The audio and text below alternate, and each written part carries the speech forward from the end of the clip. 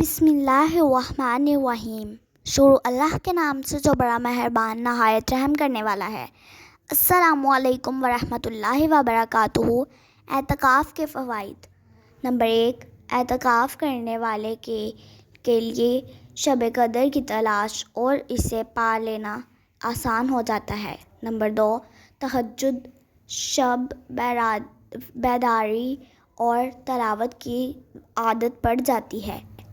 Number 3, मस्जिद से उनसियत पैदा होती है और मुअत्तकिफ़ का दिल मस्जिद में अटकने लगता है, जो रोज़े महशर अल्लाह के अर्श का साया पाने का ज़रिया है।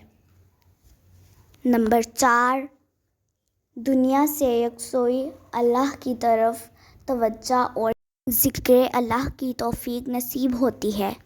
नंबर 5, खलवत व तन्हाई के मौक़े मैसर आते हैं, जिनमें ख़ताओं पे नदामत के साथ तौबा करने और आंसू बहाने के मौक़े मिल जाते हैं। नंबर 6, मुअत्तकिफ़ फ़ज़ूलगोई, नफ़सानी ख्वाहिशात और गुनाहों से बचा रहता है।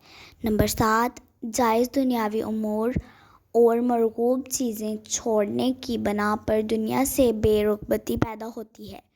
नंबर 8, मुअत्तकिफ़ के दिल की इस्लाह और दिल में फ़िक्र आखिरत पैदा होती है। नंबर 9, सुन्नत समझकर एतकाफ़ में बैठने वाले के दिल में सुन्नतों से मोहब्बत और इश्क़ रसूल सल्लल्लाहु अलैहि वसल्लम के जज्बात पैदा होते हैं। नंबर 10, ज़िंदगी तब्दील करने और इसे शरीयत के सांचे में ढालने का वलवला परवान चढ़ता है। अगर आपको ये वीडियो पसंद आई है तो इस वीडियो को लाइक करें, शेयर करें, दूसरों तक शेयर करें ज़्यादा से ज़्यादा। अल्लाह हाफ़िज़।